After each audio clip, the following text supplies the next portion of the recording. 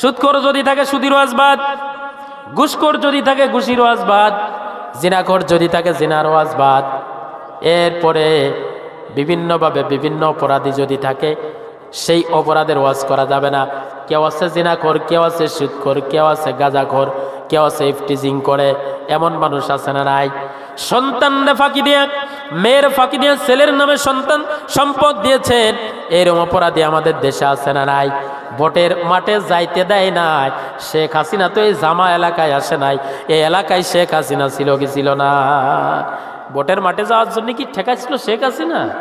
কিরা ঠেকাইছিল? এই এলাকার প্লেয়াররা না, এলাকার প্লেয়াররা ঠেকাইছিল। সেই প্লেয়াররা সে কোথায়?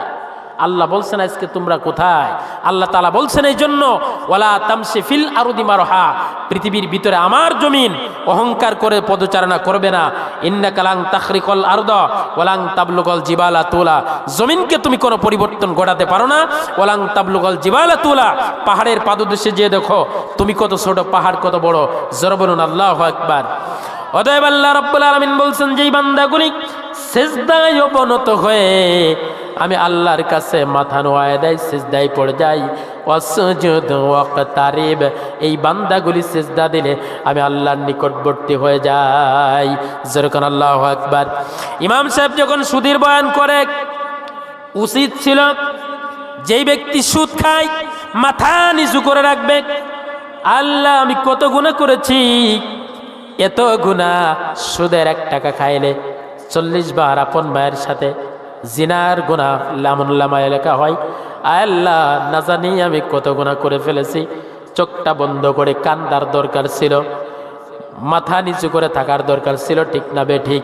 তা তো করেই না, চোখ বড় বড় করে কয় ইমাম সাহেবের চাকরি আজকে দেখবো, ঠিক না বে ঠিক? আপনাদের এলাকায় আছে? আমাকে শৈলকুপো আছে, শৈলকুপো। আমরা খালি কুপাই, 7 মার্ডার 6 মার্ডার সব আমাদের এলাকায়। গলায় দড়ি নেছে কিনা পেপারে, শৈলকুপা। বর্ষাতে রাগারাগি করে বিষ খেয়ে মরে গেছে কিনা, শৈলকুপা, ঠিক না বেটি?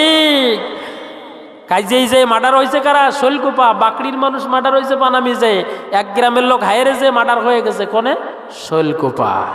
বিশেষ ক্যাডার কিডা রে? শৈলকুপা। বক্তা কিডা? শৈলকুপা। আমরা সেই শৈলকুপার মানুষ। কোরআনের বাইরে কথা বলেছি নাকি? আল্লাহ রাব্বুল আলামিন কোরআনের নিগুড় তথ্যগুলি আমাদের প্রত্যেকের জানা এবং মানার তৌফিক দান করুন, বললেন আমিন।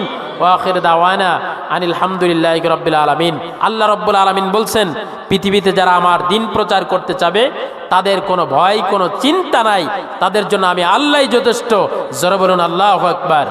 আসসালামু আলাইকুম ওয়া রাহমাতুল্লাহি তাআলা ওয়া বারাকাতুহু।